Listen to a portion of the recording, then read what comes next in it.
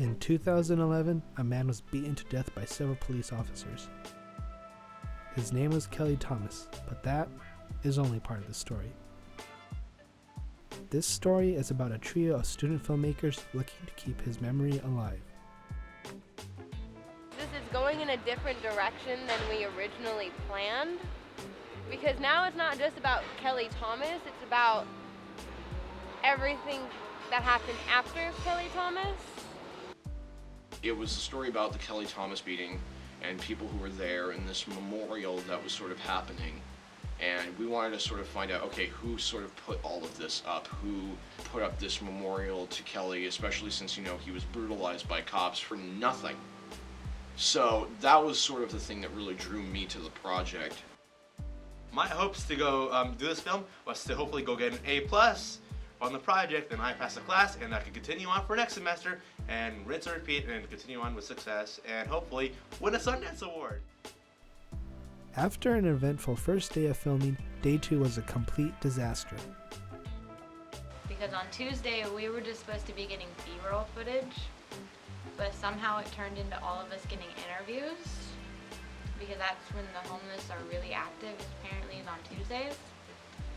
And so we were like really fine then because we were doing stuff, like productive stuff. And then when Wednesday rolled around, instead of like having that big blowout the first day of shooting, we had it the second day of shooting because we had nothing productive to do. And so it just kind of started snowballing into this big problem. You know, division is the thing that right now is gonna fuck us over if we're not careful. Pardon my language, but it's gonna screw us over if we're not careful. So, and honestly, the fact that everybody's bickering, everybody's getting up in each other's face is the problem. During day 2 of production, equipment issues start to arise very early on. Okay, so yesterday Arnell was being a know-it-all. No big surprise. But today he's like, oh yeah, I brought the camera charger. Charged his camera, took it out, and what do you know, it's not charged at all.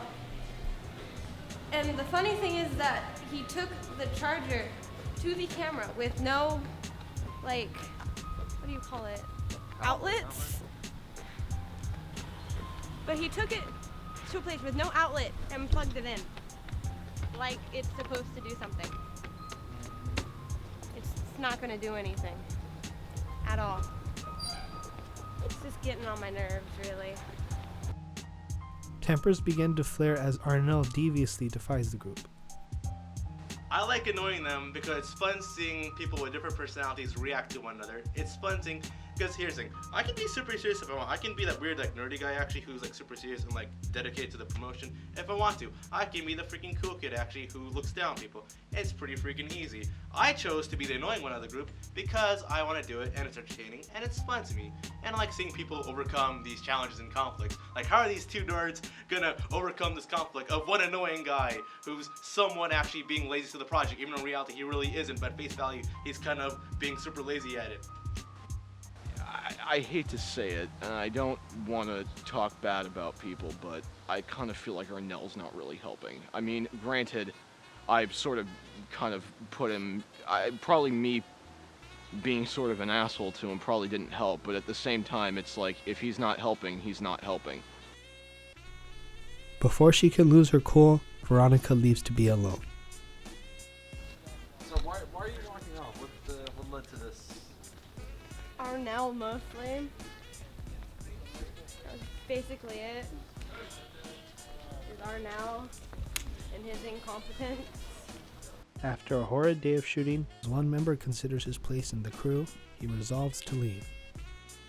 I'm not planning on it. I'm thinking about it, cause He's seriously considering it. yeah, to be honest,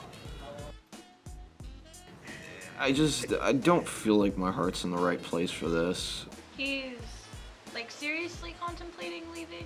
Like every couple of minutes after I think the subject's been dropped and he's like supposed to be thinking on it and whatnot, he just brings up the same point again. That we're like, that he's not giving it 100%, and he feels really bad that he's not giving my project, like he specifically said, not giving my project when it's our project 100%. And so I thought by that point he'd just like calm down, settle down, and like think it through. And then he like leaves to go find Jay. And when he comes back, he's like, so I think I'm gonna leave the project. Okay, that's fine. I was thinking about breaking off from Arnell and Veronica and making my own Right. documentary. That's fine. Okay, Yeah. cool. It can be a solo or it can be a group project. All right, cool. Whatever you're comfortable with. Yeah, You've got 2 weeks. As the deadline gets near, the schism between members is suddenly resolved when an unexpected interview with Ron Thomas, father of Kelly, is scheduled. I couldn't do it, but you know, then when you sort of get this huge interview that could really make or break your film, you kind of can't leave, and you have to sort of just be like, okay, really, we have to cast our differences aside more. I mean, we did, but I don't think we did it enough. With the film finished and the deadline met, the respective members of the crew mutually resolved to never work with each other again. I mean, if we do work together and meet each other in the future, we'll see what happens. I don't know. I'm not gonna say that it's gonna be ugly. I'm not gonna say that it's gonna be, you know, the best thing ever. I don't know.